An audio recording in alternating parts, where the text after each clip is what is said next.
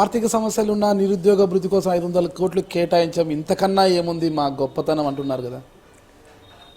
రాష్ట్రం విడిపోయింది, ఆర్థిక లోటుతో ఉన్నామని చెప్పేసి ఈరోజు చంద్రబాబు నాయుడు గారు చెప్తున్నారు. రాష్ట్రం విడిపోయింది, మనం నష్టాల్లో ఉంటాము అని ఇంత 37 సంవత్సరాల అనుభవం ఉన్నటువంటి చంద్రబాబు నాయుడు గారు ముందుగా ఊహించలేదా? ఎలక్షన్ మేనిఫెస్టోలో పెట్టేటప్పుడే నిరుద్యోగ భృతి సాధ్యం కాదు అని ఆయన అనుభవం ఎందుకు చెప్పలేకపోయింది?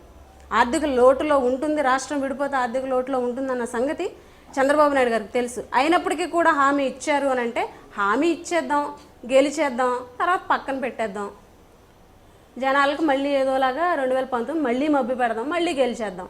ఒక్కొక్క హామీ నెరవేరుస్తున్నాం. రుణమాఫీ కూడా విడతల వారీ చేస్తున్నాం, మహిళా సంఘాలకు కూడా విడతల వారీ చేస్తున్నాం, నిరుద్యోగ భృతి కూడా ఈ ఏడు పెట్టాం, వచ్చే ఏడాది కూడా వచ్చే బడ్జెట్ కూడా మరింత పెంపు చేస్తామంటున్నారు కదా. ఇది 4వ బడ్జెట్ అండి, ఇంకా ఒక బడ్జెట్ మాత్రమే ఉంది. లక్షల మంది నిరుద్యోగులు ఉన్నటువంటి ఈ రాష్ట్రంలో 500 కోట్లు, దానికి కూడా ఖచ్చితంగా ఆంక్షలు పెట్టేటువంటి పరిస్థితి వస్తుంది.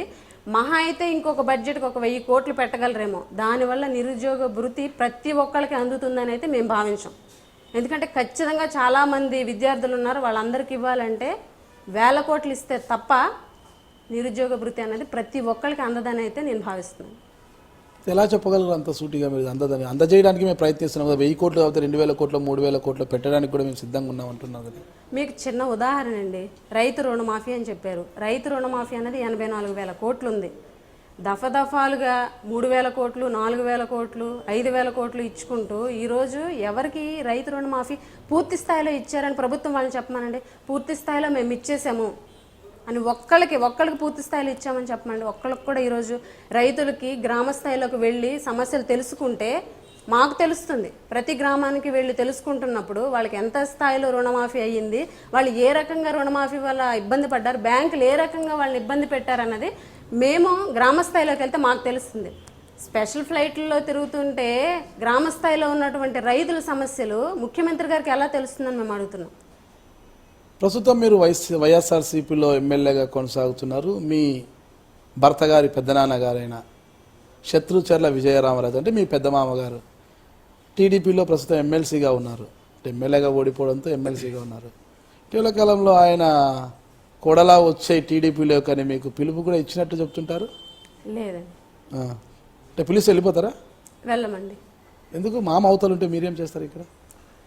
మేము ఫ్యామిలీ పరంగా బంధువులం కానీ రాజకీయంగా విభేదాలు ఉన్నవి అన్నమాట వాస్తవం. భేదాభిప్రాయాలు మాలో ఉన్నాయి. వాళ్ళు తెలుగుదేశం, మేము వైఎస్ఆర్ కాంగ్రెస్ పార్టీ.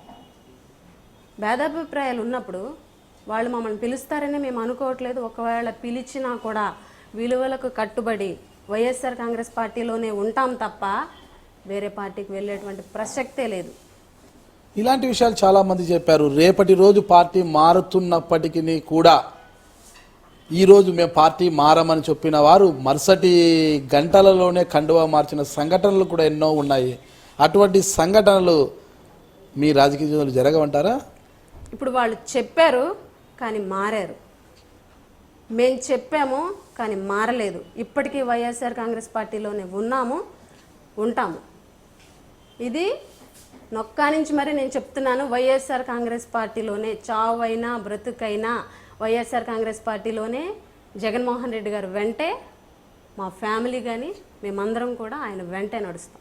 ఎందుకంత పట్టుబట్టారంటే వైఎస్ఆర్ కాంగ్రెస్ పార్టీలోనే ఉండాలని ఒక లక్ష్యంతో ఉండడానికి గల కారణాలు ఏమంటారు? రాజశేఖర రెడ్డి గారు పేద ప్రజలకు చేసినటువంటి అభివృద్ధి, ఆయన పెట్టినటువంటి సంక్షేమ కార్యక్రమాలు, ఆయన పేదవాళ్ళకు చేసినటువంటి మంచి కార్యక్రమాలు, మేము వీటన్నిటికీ అట్రాక్ట్ అయ్యాము. రాజశేఖర రెడ్డి గారు ఆశయ సాధన అన్నది ఖచ్చితంగా ఆయన కుమారుడైనటువంటి జగన్మోహన్ రెడ్డి గారి వల్ల మాత్రమే సాధ్యం. కాబట్టి ఆయన వెంట నడవడానికి మేము సిద్ధంగా ఉన్నాం. నేను మీ పుష్పశ్రీవాణి కురుప ఎమ్మెల్యే.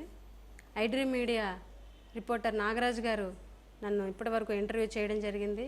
ఇంటర్వ్యూలో భాగంగా నేను ఏ విధంగా రాజకీయాల్లోకి వచ్చాను, ఏ రకంగా రాజకీయాల్లో గెలుపొందాను అన్న అనుభవాలన్నిటి కూడా ఆ ఇంటర్వ్యూలో ఆయనతో షేర్ చేసుకోవడం జరిగింది. ఈ ఇంటర్వ్యూ ఐడ్రీమ్ మీడియా ద్వారా మీరు అందరూ వీక్షించాలని కోరుకుంటున్నాను.